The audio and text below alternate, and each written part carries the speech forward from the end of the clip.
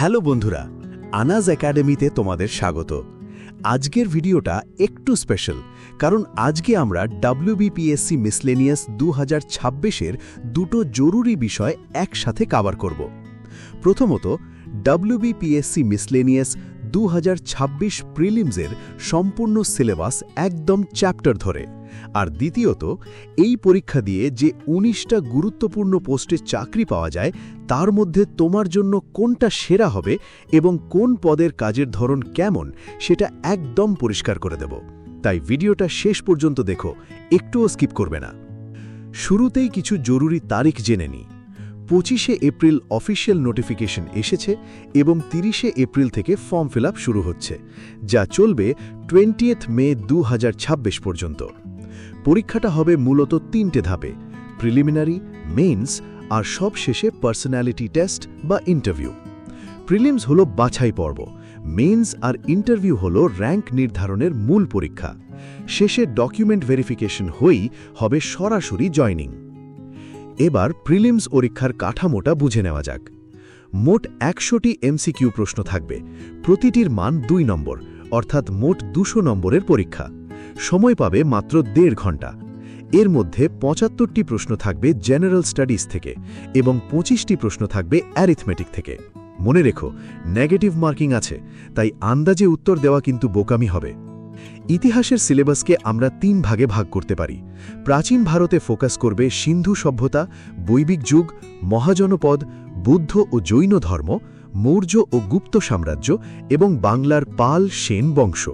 আর মধ্যযুগে দিল্লি সুলতানির 5টা বংশ: দাস, খলজি, তুগলক, সৈয়দ ও লোদি। এছাড়া মুঘল সাম্রাজ্য, ভক্তি ও সুফি আন্দোলন, বিজয়নগর বাহমনি রাজ্য এবং বাংলার ইলিয়াস শাহী ও হোসেন শাহী পর্ব। এখান থেকে প্রতি বছরই বেশ কিছু প্রশ্ন কমন পাওয়া যায়। আধুনিক ভারতের ইতিহাস পরীক্ষার জন্য সবচেয়ে গুরুত্বপূর্ণ। এখানে ইউরোপীয়দের আগমন, ব্রিটিশ সাম্রাজ্যের বিস্তার, 1857-র মহাবিদ্রোহ এবং পুরো ভারতের জাতীয় আন্দোলন, যেমন গান্ধীজির অসহযোগ, আইন অমান্য ও ভারত ছাড়ো আন্দোলন খুব ভালো করে পড়তে হবে। সাথে ব্রিটিশ আমলের বিভিন্ন আইন ও বাংলার নবজাগরণ ও বঙ্গভঙ্গ আন্দোলন একদম মিস করবে না। ভূগোলের প্রথম অংশ হল প্রাকৃতিক ভূগোল। এখানে পৃথিবীর অভ্যন্তরীণ গঠন, প্লেট টেকটনিক্স, ভূমিকম্প, আগ্নেয়গিরি, শিলা ও মৃত্তিকা সম্পর্কে স্বচ্ছ ধারণা রাখতে হবে। এছাড়া নদীর বিভিন্ন কাজ, বড় বড় পর্বত ও মালভূমি এবং জলবায়ুর শ্রেণী বিভাগ, বিশেষ করে মৌসুমী বায়ু আর এল নিনো ও লা নিনার প্রভাব খুব মন দিয়ে পড়বে। এরপর আসছে ভারতের ভূগোল, যেখানে ভারতের ভূপ্রকৃতি, নদ নদী, কৃষি, খনিজ সম্পদ, শিল্প ও পরিবহন ব্যবস্থা থেকে প্রশ্ন আসে। তবে সবথেকে বেশি জোর দেবে পশ্চিমবঙ্গের ভূগোলের ওপর। পশ্চিমবঙ্গের মাটি, নদী, কৃষি, বিভিন্ন জেলা পরিচিতি, জাতীয় উদ্যান ও অভয়ারণ্য এবং বর্তমান অর্থনৈতিক অবস্থা থেকে অনেক প্রশ্ন সরাসরি আসে।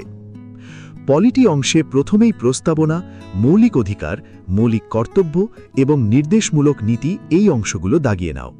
এরপর কেন্দ্রীয় শাসন ব্যবস্থায় রাষ্ট্রপতি, প্রধানমন্ত্রী ও সংসদ, আর রাজ্য শাসন ব্যবস্থায় রাজ্যপাল ও মুখ্যমন্ত্রী। এছাড়া পঞ্চায়েতি রাজ ব্যবস্থা, সুপ্রিম কোর্ট ও হাইকোর্ট এবং গুরুত্বপূর্ণ সংবিধান সংশোধনীগুলো, যেমন 42, 73, 74, 101তম অবশ্যই দেখে রাখবে। অর্থনীতির ভয় কাটাতে আমরা 8টা চ্যাপ্টারে ভাগ করে পড়ব। বেসিক কনসেপ্ট, জিডিপি জিএনপি, পঞ্চবার্ষিকী পরিকল্পনা থেকে নীতি আয়োগ, বাজেট ও কর ব্যবস্থা এবং আরবিআই-এর মুদ্রানীতি। এছাড়া মুদ্রাস্ফীতি, কৃষি অর্থনীতি, দারিদ্র্য ও বেকারত্ব এবং 1991-এর অর্থনৈতিক সংস্কার সম্পর্কে স্পষ্ট ধারণা রাখতে হবে। ফিজিক্স বা পদার্থবিদ্যার জন্য গতি, বল, কার্যক্ষমতা, শক্তি, শব্দ, আলো, তাপ ও বিদ্যুৎ এই চ্যাপ্টারগুলোই যথেষ্ট। রসায়নে অ্যাসিড, ক্ষার, লবণ, ধাতু, অধাতু এবং আমাদের দৈনন্দিন জীবনের রসায়নের ব্যবহার, যেমন পলিমার, সাবান, ডিটারজেন্ট থেকে কনসেপচুয়াল প্রশ্ন বেশি আসে। বায়োলজিতে মানবদেহের বিভিন্ন তন্ত্র, ভিটামিন, হরমোন, বিভিন্ন রোগ ও তার কারণ এবং উদ্ভিদের সালোক সংশ্লেষ ও রেচন পড়বে। পরিবেশ বিজ্ঞানে বাস্তুতন্ত্র, খাদ্য শৃঙ্খল, জীব বৈচিত্র্য রক্ষা, বিভিন্ন প্রকার দূষণ এবং গ্লোবাল ওয়ার্মিংয়ের মতো বিষয়গুলো থেকে নিয়মিত প্রশ্ন আসছে।